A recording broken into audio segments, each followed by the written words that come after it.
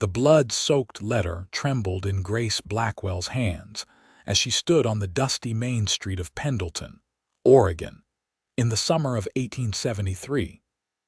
She had traveled over 1,000 miles from Boston to marry a man who now lay 6 feet under, killed in a saloon brawl just 3 days before her arrival.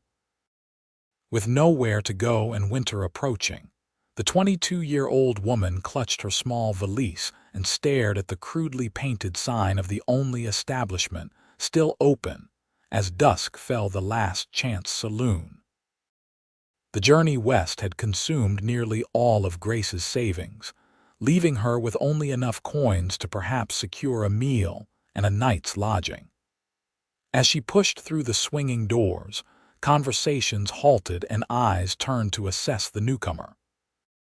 She stood tall despite her exhaustion, her emerald eyes surveying the room with a dignity that belied her desperate circumstances.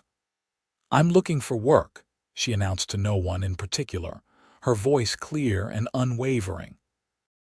The barkeeper, a portly man with a graying mustache, looked her up and down. "We don't employ women of your quality for the usual saloon work, miss." Before Grace could respond, a man's voice cut through the silence. "I need someone who can cook and keep books at my ranch." The crowd parted to reveal a tall figure seated alone in the corner. Garrett Blackstone was not a man who sought company. At 30 years old, the rancher's reputation in Pendleton was that of a hard worker, fair employer, and a man best left alone. The jagged scar that ran from his right temple to his jaw served as a visible warning, but it was the coldness in his blue eyes that truly kept people at a distance. "The pay is fair. You get your own quarters." His voice was as rough as the terrain he called home. "But understand this, the work is hard and I don't tolerate complaints." Grace straightened her spine. "I'm not afraid of hard work, Mr. Blackstone." "Garrett Blackstone. Grace Blackwell." She extended her hand, which he ignored. "We leave at first light, sleep here tonight." He tossed a coin to the barkeeper. "Put her in a proper room, Samuel, not one of the girls' rooms." With that, Blackstone stood, towering over most men in the room. He walked past Grace without another glance, the spurs on his boots marking his exit with metallic clicks against the wooden floor.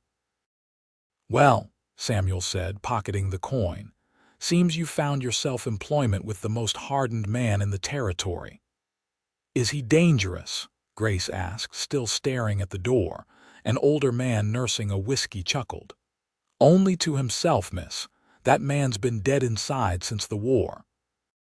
"Since Antietam." Grace followed Samuel upstairs to a small but clean room. She placed her valise on the bed and removed her hat, releasing a cascade of chestnut hair down her back. Through the window, she could see the silhouette of Garrett Blackstone mounting his horse, his straight back and broad shoulders outlined against the dying light. "What happened to him?" she asked quietly, more to herself than to Samuel, who was lighting a lamp. Samuel paused at the door. "Lost his family during the war. His wife to illness while he was fighting, his child shortly after. Came west with nothing but nightmares and that wicked scar. Built that ranch from nothing, but—" He shook his head. "Some say a man can live without a heart, but I reckon that's just existing." When Samuel left, Grace sank onto the bed. She had come west with dreams of a new beginning, of love and family. Instead, she found herself heading to a remote ranch with a man who seemed as welcoming as the harsh winter that would soon descend upon the land. Dawn broke cold and clear. Grace, dressed in her most practical traveling outfit, waited on the porch of the saloon.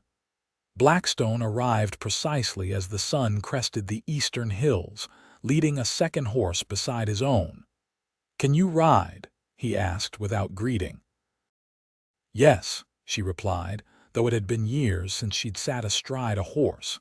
He assessed her clothing, a dark blue traveling dress that, while modest by Eastern standards, was entirely impractical for ranch work. "We'll stop at the Mercantile. You'll need proper clothes. The journey to Blackstone Ranch took most of the day, with a brief stop at the town's general store where Grace was outfitted with sturdy work dresses, boots, and a warm coat. Garrett paid without comment, his face impassive as the shopkeeper's wife helped Grace select items that would withstand ranch work. As they rode, the landscape unfolded before them, rolling hills giving way to pine forests, then opening to a vast valley nestled between mountain ridges. Garrett rode slightly ahead, speaking only to point out landmarks or warn of difficult terrain. By mid-afternoon, Grace's muscles screamed in protest, but she refused to complain. The ranch came into view just as Grace thought she couldn't endure another moment in the saddle. A substantial log house stood as the centerpiece, flanked by a large barn, bunkhouse, and various outbuildings. A creek wound through the property, and cattle dotted the distant pastures. "It's beautiful," Grace murmured, genuinely impressed by the spread. Garrett glanced back, surprise briefly flickering across his face. "It serves its purpose." They were met by an older man who introduced himself as Kieran Walsh, the ranch foreman. His weathered face broke into a warm smile at the sight of Grace. "So you finally took my advice about hiring a proper housekeeper," Kieran said to Garrett, who merely grunted in response. "Miss Blackwell will be taking over the cooking and bookkeeping," Garrett said, dismounting. "Show her to the cabin behind the main house." Without waiting for a response, he led his horse toward the barn, leaving Grace with Kieran, who offered an apologetic smile. "Don't mind him, miss. He's rough around all the edges, but he's fair." Kieran helped Grace down from her horse, noticing her wince. "First long ride in a while, I'm guessing." "First in many years," she admitted, attempting to straighten her aching back. Kieran led her to a small but well-built cabin about 50 yards behind the main house.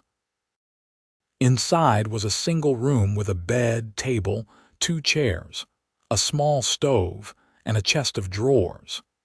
"It's not fancy, but it's private," Kieran said. "The main house has the kitchen where you'll be cooking for the ranch hands, usually about 8 men, plus Mr. Blackstone and myself. You'll take your meals with us or here, as you prefer." Grace nodded, already planning how to organize her new space. "If you don't mind my asking," Kieran ventured, "what brings a lady like yourself out to these parts? You're clearly not from around here." Grace hesitated, then decided that honesty was the best approach. "I came to marry a man named Thomas Reynolds. He wrote that he'd built a life here, had a small ranch of his own. When I arrived, I learned he'd been killed 3 days before." Kieran's face fell. "Tom Reynolds." "Good Lord, miss, I'm sorry. He was a decent fellow. Got in the middle of a fight that wasn't his at the last chance. It was a senseless thing." "Yes, it was," Grace agreed, her voice steady despite the ache in her heart. Not for Thomas himself, they had only exchanged letters, but for the future she had envisioned. "But I'm here now, and I need to make my own way." "Well, you found yourself in a challenging spot, but not a bad one. The work's hard, but the pay is fair, and you'll be respected here." Kieran moved toward the door. "Rest tonight. Tomorrow comes early on a ranch." That evening, after a simple meal Kieran brought to her cabin, Grace unpacked her few belongings. Among them was a small leather-bound journal, a parting gift from her father before he succumbed to consumption 2 years prior. Her mother had passed when Grace was just a child, and with her father gone, there had been nothing to keep her in Boston. She wrote by lamplight, recording her journey and first impressions of Pendleton and Blackstone Ranch. As her pen moved across the page, she found herself dwelling on the ranch's enigmatic owner. What kind of man builds such a place alone? What kind of man carries such darkness, yet offers employment to a stranger? Sleep came fitfully that night, her body adjusting to the thin mattress and the unfamiliar sounds of the wilderness. Just before dawn, she was awakened by the sound of hoofbeats. Through her window, she glimpsed Garrett Blackstone riding out alone, his silhouette merging with the shadows of the retreating night. The next few weeks established a rhythm to Grace's new life. She rose before dawn to prepare breakfast for the ranch hands, managed the household accounts during the day, and cooked dinner in the evening. The men were respectful, if initially awkward, around her, unused to female company at their meals. Garrett remained an enigma. He took his meals quickly and spoke little, addressing her only about practical matters related to the ranch. Yet Grace often felt his eyes on her when he thought she wasn't looking, not with the inappropriate interest she'd sometimes encountered from men, but with a kind of puzzled assessment, as if she were a problem he couldn't quite solve. October brought an early frost, and with it came cattle roundup season. The ranch buzzed with activity as the hands prepared to bring the herds in from the distant pastures. Grace found herself working longer hours, preparing extra provisions for the men who would be camping out during the roundup. One evening, as she was finishing the accounts in the main house's small office, Garrett entered unexpectedly. He stopped short when he saw her at his desk. "I apologize," Grace said, gathering her papers. "I thought you were out with the men, came back for the maps of the north pasture." He moved to a cabinet, pulling out rolled parchments. As he spread them on the desk, Grace noticed his hands strong and calloused, yet surprisingly gentle with the fragile paper. "Your bookkeeping is precise," he said abruptly, nodding toward her ledgers. "Thank you. My father was a merchant. He taught me." Garrett studied the maps, but then asked, "Why did you come west, Miss Blackwell?" The question surprised her. "I told you I was to marry." "Yes, but why? A woman with your education could find employment in the East." Grace considered her answer carefully. "After my father died, there was nothing for me in Boston. Mr. Reynolds wrote about the beauty of Oregon, the opportunity to build something meaningful." She smiled faintly. "He described sunsets that set the mountains on fire and air so clear it made your lungs ache with gratitude." Something flickered in Garrett's eyes, recognition, perhaps. He wasn't wrong about that. "No," Grace agreed. "Even with everything that's happened, I don't regret coming." A moment of silence stretched between them, not entirely uncomfortable. "You should see the valley from Eagle's Point," Garrett said finally, rolling up the maps. "It's—" He paused as if unused to describing beauty. "It's something worth seeing." With that cryptic statement, he left, and Grace found herself smiling at the small crack in his stoic facade. The roundup kept the ranch hands away for over a week. Grace used the time to deep clean the main house, discovering that beneath layers of dust and neglect was a home that had once been appointed with care. In a back bedroom, she found a trunk containing a woman's clothing and a small daguerreotype of a pretty young woman holding an infant. Garrett's wife and child, she realized. The family he had lost. She carefully replaced everything as she had found it, but the image of that smiling young mother stayed with her. When the men returned with the cattle, they brought with them news of a severe winter storm approaching from the north. Preparations began immediately, securing buildings, stockpiling firewood, ensuring adequate feed for the livestock.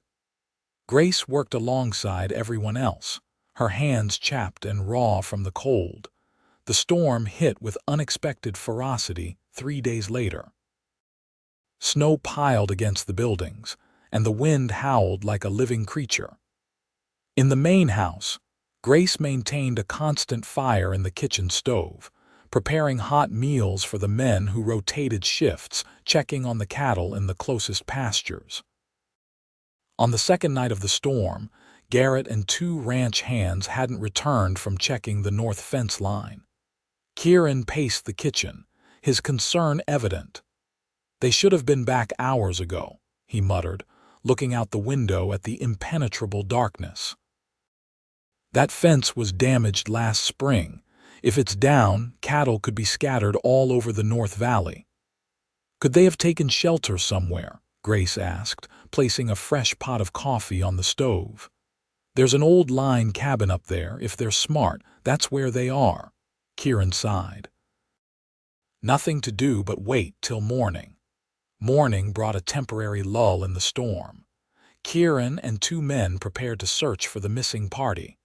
As they mounted up, hoofbeats sounded from the northern trail. Two riders emerged from the swirling snow, one of the missing hands and another supporting a slumped figure. Garrett. Grace's heart lurched as they carried him into the house. He was unconscious, his face deathly pale except for an alarming flush across his cheekbones. "Found him half frozen by the creek," explained Jed, the returning hand. "Peterson's still out there with the horses that spooked. Blackstone went into the water after a calf, got himself soaked through before we could pull him out. He was making sense for a while, then just collapsed." Grace took charge immediately. "Get him to his room. We need to warm him slowly." She had nursed her father through illness and knew the dangers of cold exposure. In Garrett's bedroom, a Spartan space with little more than a bed, dresser, and desk, they stripped off his frozen clothes and wrapped him in warmed blankets. His skin was icy to the touch, and his breathing shallow. "He needs warmth," Grace said firmly. "Build up the fire and bring as many heated bricks wrapped in cloth as you can." For 2 days, Grace barely left Garrett's side. His fever raged, then broke, then returned with greater intensity. During his delirious moments, he called out names: Sarah, Elizabeth, men who had presumably fought alongside him in the war. He relived battles, begged forgiveness, and once, in a moment of heart-wrenching clarity, looked directly at Grace and asked, "Have you come to take me home?" "Not yet," she had whispered, pressing a cool cloth to his forehead. "You have more living to do first." On the third morning, Grace awoke in the chair beside his bed to find Garrett watching her, his blue eyes clear for the first time since his return. "You're still here," he said, his voice raspy from disuse. "Where else would I be?" Grace replied, reaching for the water pitcher. "You've been very ill." He accepted the water she offered. "The calf," Grace smiled despite herself. "Typical, that would be your first concern." "It survived, as did your horses. Peterson returned yesterday." Garrett nodded, then looked around the room as if seeing it for the first time. His gaze fell on a small wooden horse on the bedside table, an object Grace had found while cleaning and placed there without thinking. "You've been in my things," he said, but without the anger she might have expected. "I cleaned.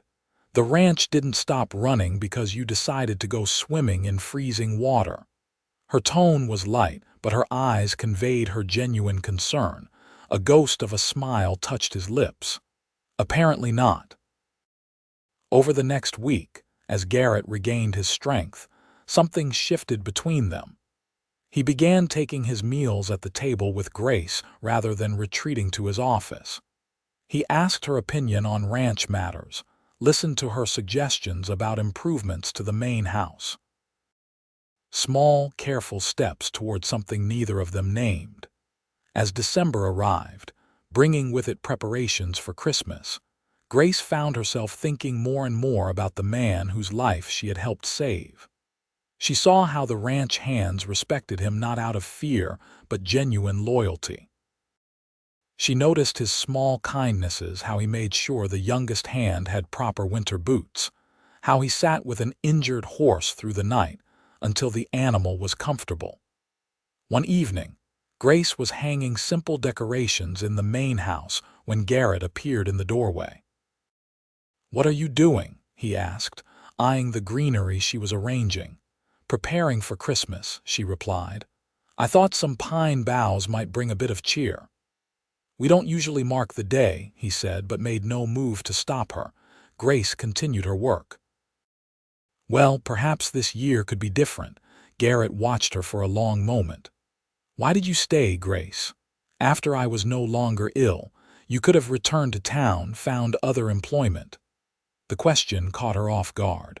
It was true that several opportunities had presented themselves. The banker's wife had offered her a position as a companion, and the school was seeking a teacher for the spring term.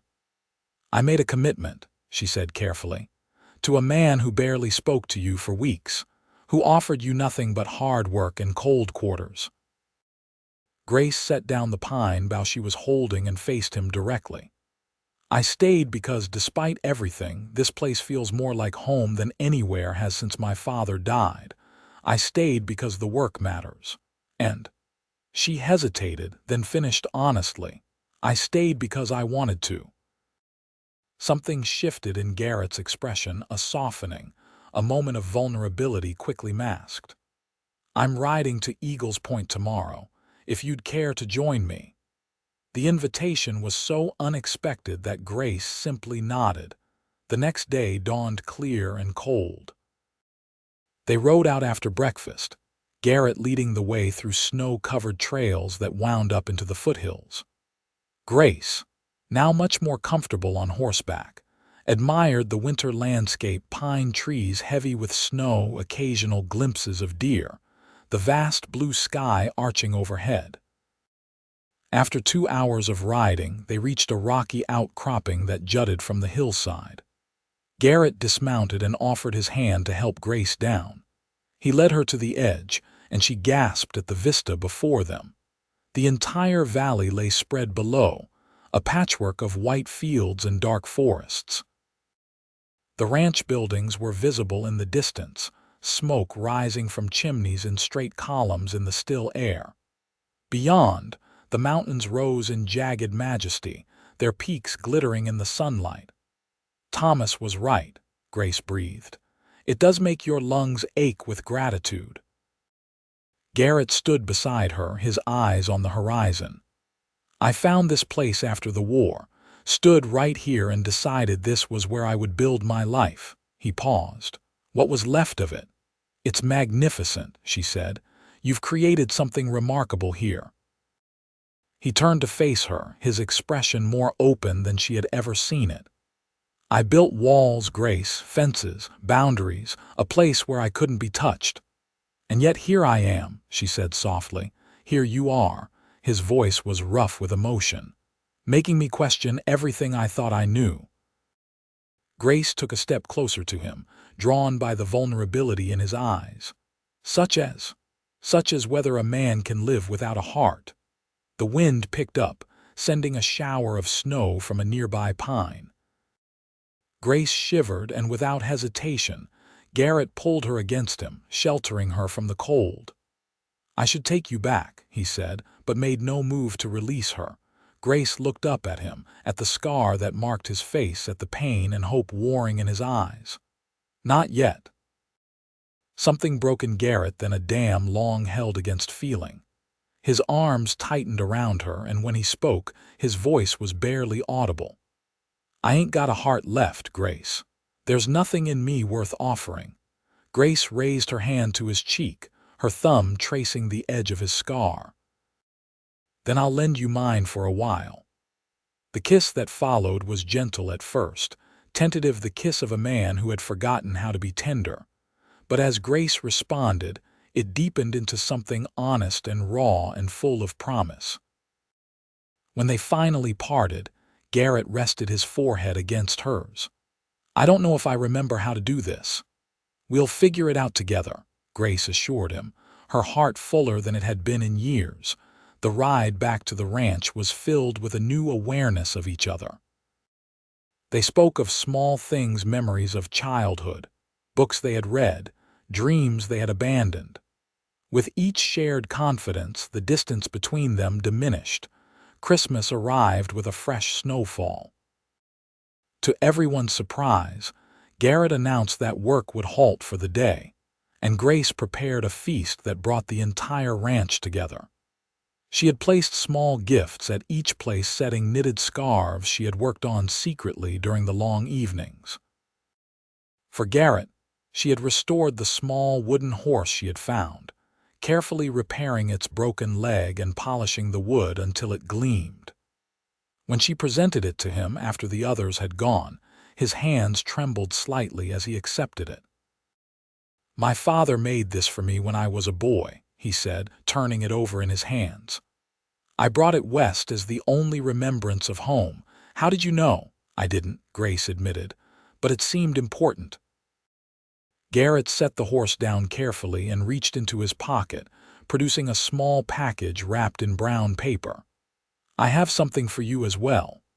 Inside was a silver pendant, a simple design of a mountain range with a star above it.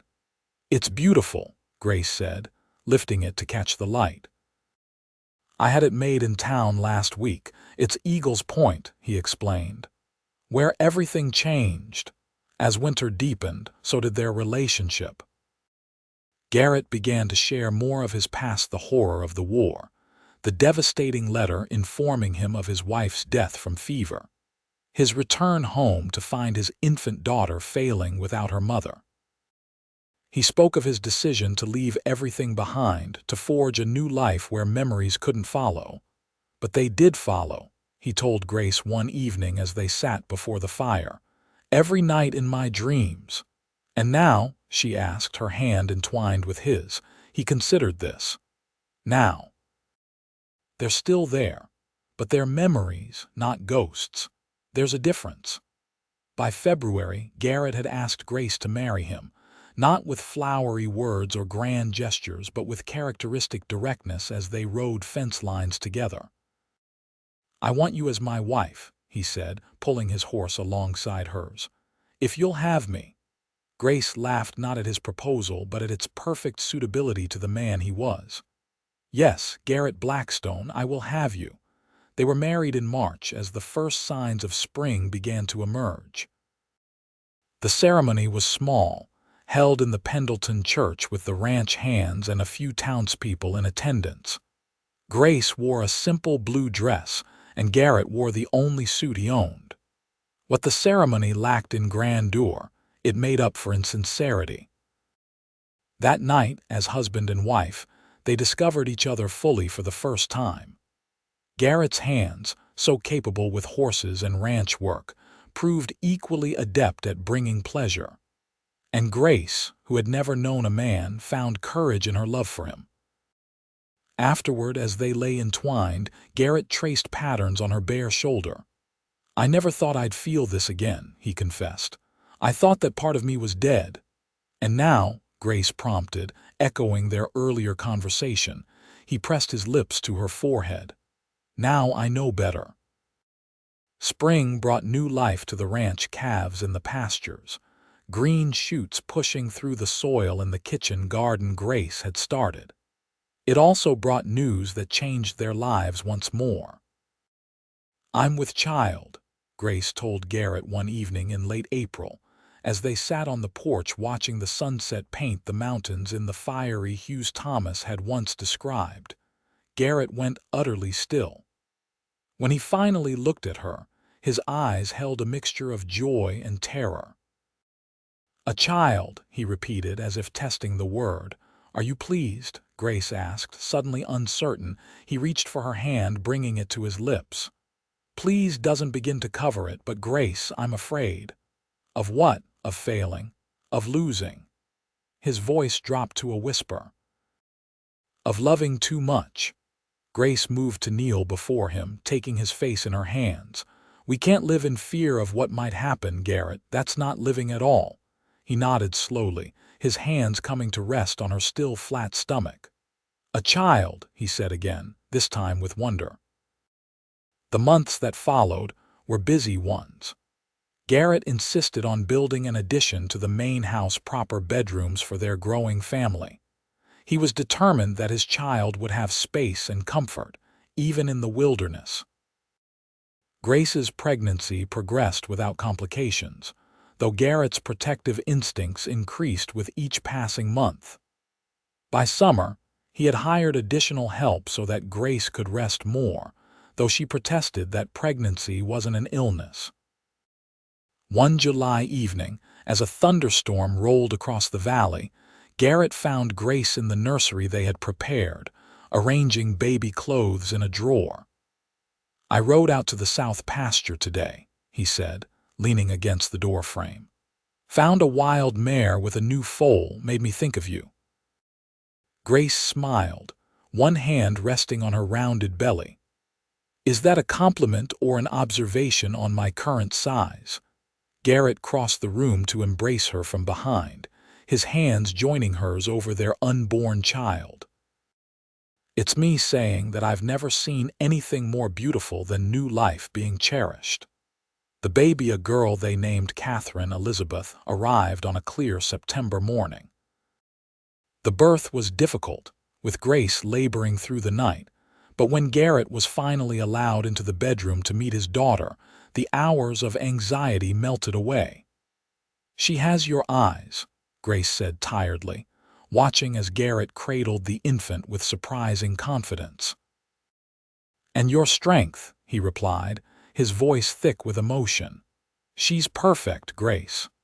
As autumn painted the landscape in gold and crimson, the Blackstone family settled into a new rhythm. Catherine Kate, as they called her, thrived under the doting attention of her parents and the entire ranch staff, who had appointed themselves honorary uncles. Garrett proved to be a devoted father, often carrying Kate with him around the ranch in a sling Grace had fashioned. The sight of the hardened rancher pointing out horses and cattle to his infant daughter became a common one, and the hands knew better than to comment on the baby talk that occasionally drifted from the supposedly stern boss. One evening, as the first snow of winter dusted the valley, Grace found Garrett in Kate's nursery, standing by the window with their sleeping daughter against his shoulder. "She finally settled?" Grace asked quietly, coming to stand beside them. Garrett nodded, his eyes never leaving Kate's peaceful face. "She fought it as long as she could, stubborn like her mother," Grace smiled, leaning against him, "or her father." They stood in comfortable silence, watching the snow fall in the moonlight. Finally, Garrett spoke, his voice low with emotion. "I didn't think it was possible to feel this way again," he said. "After Sarah and Elizabeth died, I was certain that part of me was gone forever." Grace looked up at him, at the face that had become so dear to her. The hardness was still there, the lines etched by suffering and survival. But there was softness too, and light in the eyes that had once seemed so cold. "And now?" she asked, completing what had become their ritual question. Garrett kissed Kate's downy head, then bent to kiss Grace with equal tenderness. "Now I know that hearts don't really die," he said. "They just need the right person to bring them back to life."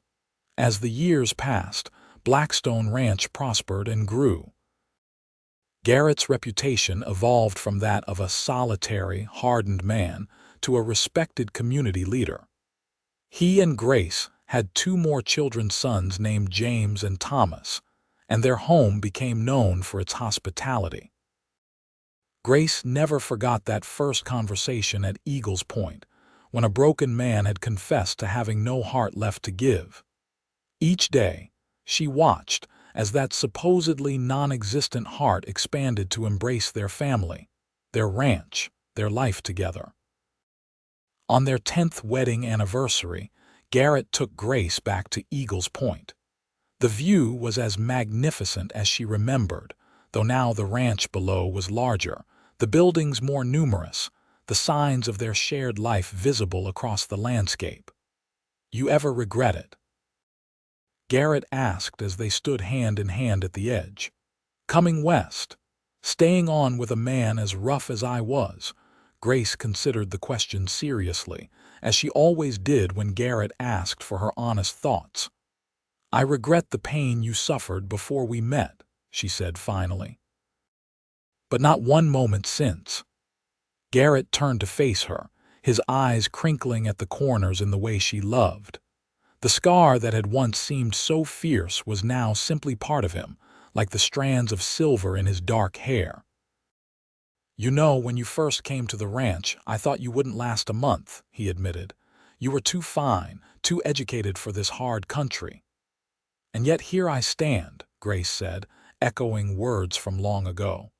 "Here you stand," he agreed. "The woman who saved my life in more ways than one."